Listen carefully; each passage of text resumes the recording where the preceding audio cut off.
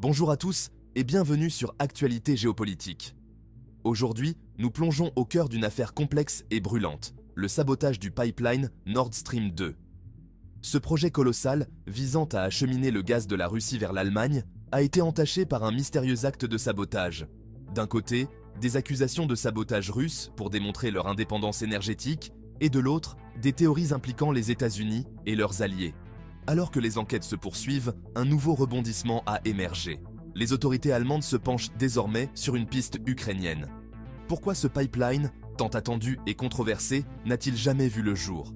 Quels sont les enjeux géopolitiques derrière cette affaire? Restez avec nous pour découvrir les dessous de Nord Stream, des premiers travaux à son sabotage et comprendre pourquoi cette saga continue de faire les gros titres. Si vous aimez cette vidéo, soutenez-nous en vous abonnant et en mettant un like.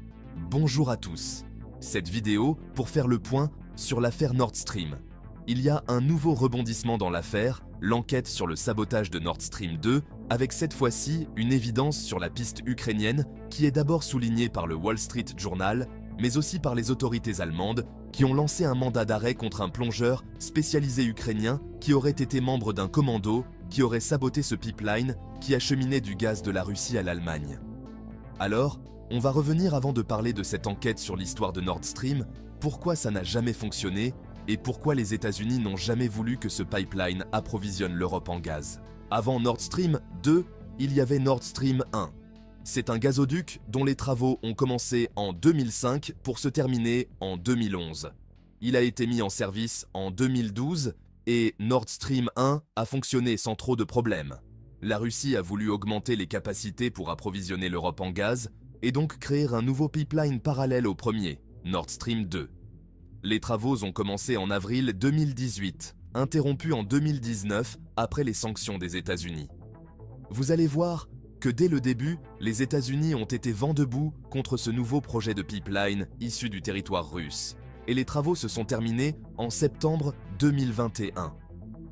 Malheureusement, Nord Stream 2 n'a jamais alimenté l'Allemagne en gaz. Finalement, après l'invasion de l'Ukraine, les sanctions des États-Unis, de l'Europe et de l'Allemagne ont eu raison de Nord Stream 2, qui déposera son bilan le 1er mars 2022.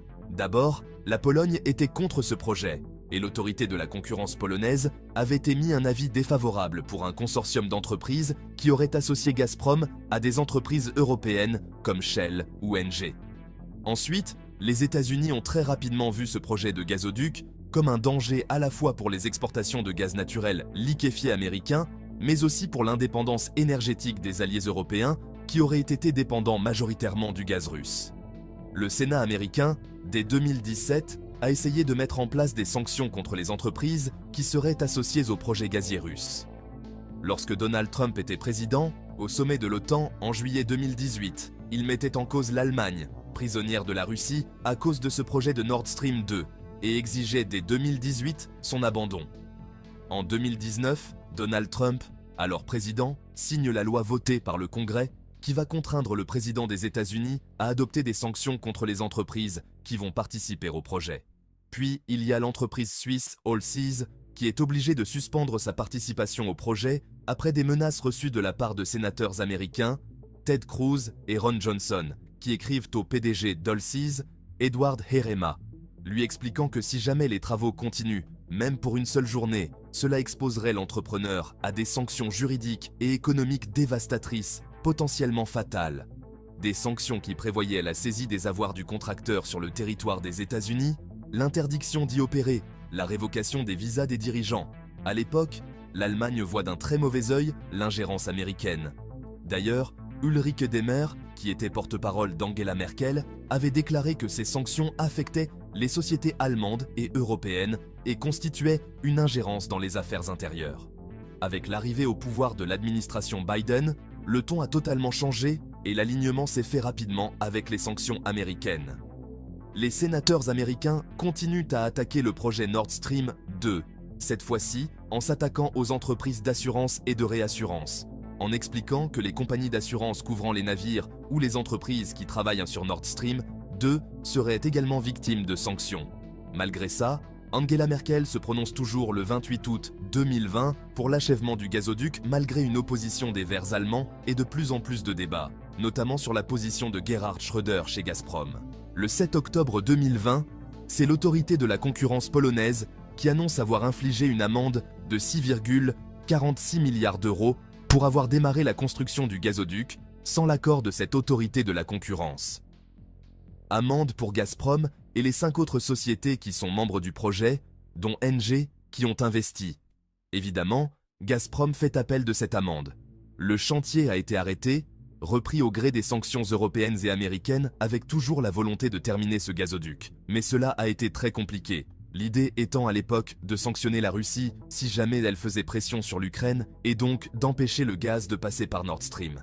Puisqu'il faut savoir que l'Ukraine était le moyen d'acheminer le gaz russe en Europe et l'Ukraine récupérait plusieurs milliards chaque année de cet acheminement. Donc il y avait là une volonté américaine de favoriser le passage par l'Ukraine et d'empêcher évidemment la Baltique et Nord Stream. En février 2021, les assureurs AXA, Munich Re et 16 autres assureurs décident de ne plus couvrir le projet tant les sanctions sont nombreuses et que le risque de voir ce projet ne pas arriver à terme est énorme. Les États-Unis vont jusqu'à nommer un haut conseiller en sécurité énergétique qui va être chargé de réduire les risques de Nord Stream et donc de faire tout pour que Nord Stream n'arrive pas à terme. Il s'agit d'Amos Hochstein qui va aider l'Ukraine, les pays de l'OTAN et l'UE pour acheter davantage de gaz américain, trouver d'autres gaz que le gaz russe et faire en sorte que Nord Stream soit un projet caduc. Finalement, le 10 septembre 2021, Gazprom annonce la réalisation du gazoduc Nord Stream 2, les travaux sont finis. Le remplissage en gaz commence le 4 octobre 2021, mais les livraisons ne peuvent pas se faire puisqu'il faut là une certification en tant qu'opérateur indépendant. Clairement, à l'époque, la stratégie américaine est d'utiliser Nord Stream 2 et de faire miroiter l'ouverture du gazoduc pour empêcher Vladimir Poutine d'envahir l'Ukraine. Mais qui a saboté Nord Stream? Cette question a agité tous les éditorialistes, tous les chercheurs de la planète, et pourtant la réponse paraissait évidente. Les premiers à prendre la parole et à expliquer doctement que l'explosion de Nord Stream aurait été en fait un sabotage russe pour montrer qu'ils n'avaient pas besoin de ce pipeline et qu'ils n'avaient rien à faire. C'est vrai que faire sauter 10 milliards d'euros d'un coup, pourquoi pas? C'est assez fort comme acte de sabotage. Mais franchement, personne n'y croyait à l'époque. Il y a plusieurs pistes qui ont vu le jour. Seymour Hersh, un journaliste qui a reçu de nombreux prix, parle immédiatement de la piste américaine. Voici la déclaration de Seymour Hersh. L'attaque contre Nord Stream a été orchestrée par les États-Unis et leurs alliés, avec la complicité de l'Ukraine. Les agences américaines, anglaises, mais aussi suédoises, auraient pu travailler de concert avec l'Ukraine pour organiser le sabotage de Nord Stream. Tout est fait pour effacer la trace des États européens ou membres de l'OTAN. La Russie n'a pas réagi publiquement à cette accusation en expliquant que tout cela est démenti par l'évidence. Les Russes ont considéré que cette accusation n'était qu'une propagande de plus contre eux. Ensuite, l'idée est venue qu'il pourrait s'agir de groupes islamistes. Et pour aller encore plus loin, il y aurait même des théories expliquant que c'était la CIA qui aurait tout orchestré pour faire porter le chapeau à des groupes islamistes. Mais franchement, là encore, il n'y a pas de preuves tangibles. Aujourd'hui, l'idée du sabotage ukrainien semble se confirmer. Il y a des preuves supplémentaires et les enquêteurs allemands s'intéressent à un plongeur ukrainien qui aurait pris part à cette opération de sabotage. Ce plongeur est recherché et aurait quitté la Pologne pour rejoindre l'Ukraine où il a été repéré. Il fait partie d'un commando ukrainien qui aurait reçu des fonds d'un milliardaire ukrainien. Voilà la situation. Alors pourquoi pas, il pourrait y avoir une implication ukrainienne. Ce qui est certain, c'est que les États-Unis continuent à exporter leur gaz naturel liquéfié à des prix prohibitifs et que l'Allemagne continue à payer des milliards pour pouvoir importer du gaz de manière flottante. Voilà le tableau de Nord Stream, la situation est encore évolutive et l'enquête continue. Si vous avez des questions, des commentaires ou des réflexions sur cette affaire, n'hésitez pas à les partager ci-dessous. Si vous trouvez cette analyse intéressante et que vous souhaitez suivre l'évolution de cette affaire, ainsi que d'autres sujets d'actualité, n'oubliez pas de vous abonner à notre chaîne et de liker cette vidéo. Votre soutien est précieux et nous aide à continuer à vous fournir des contenus de qualité.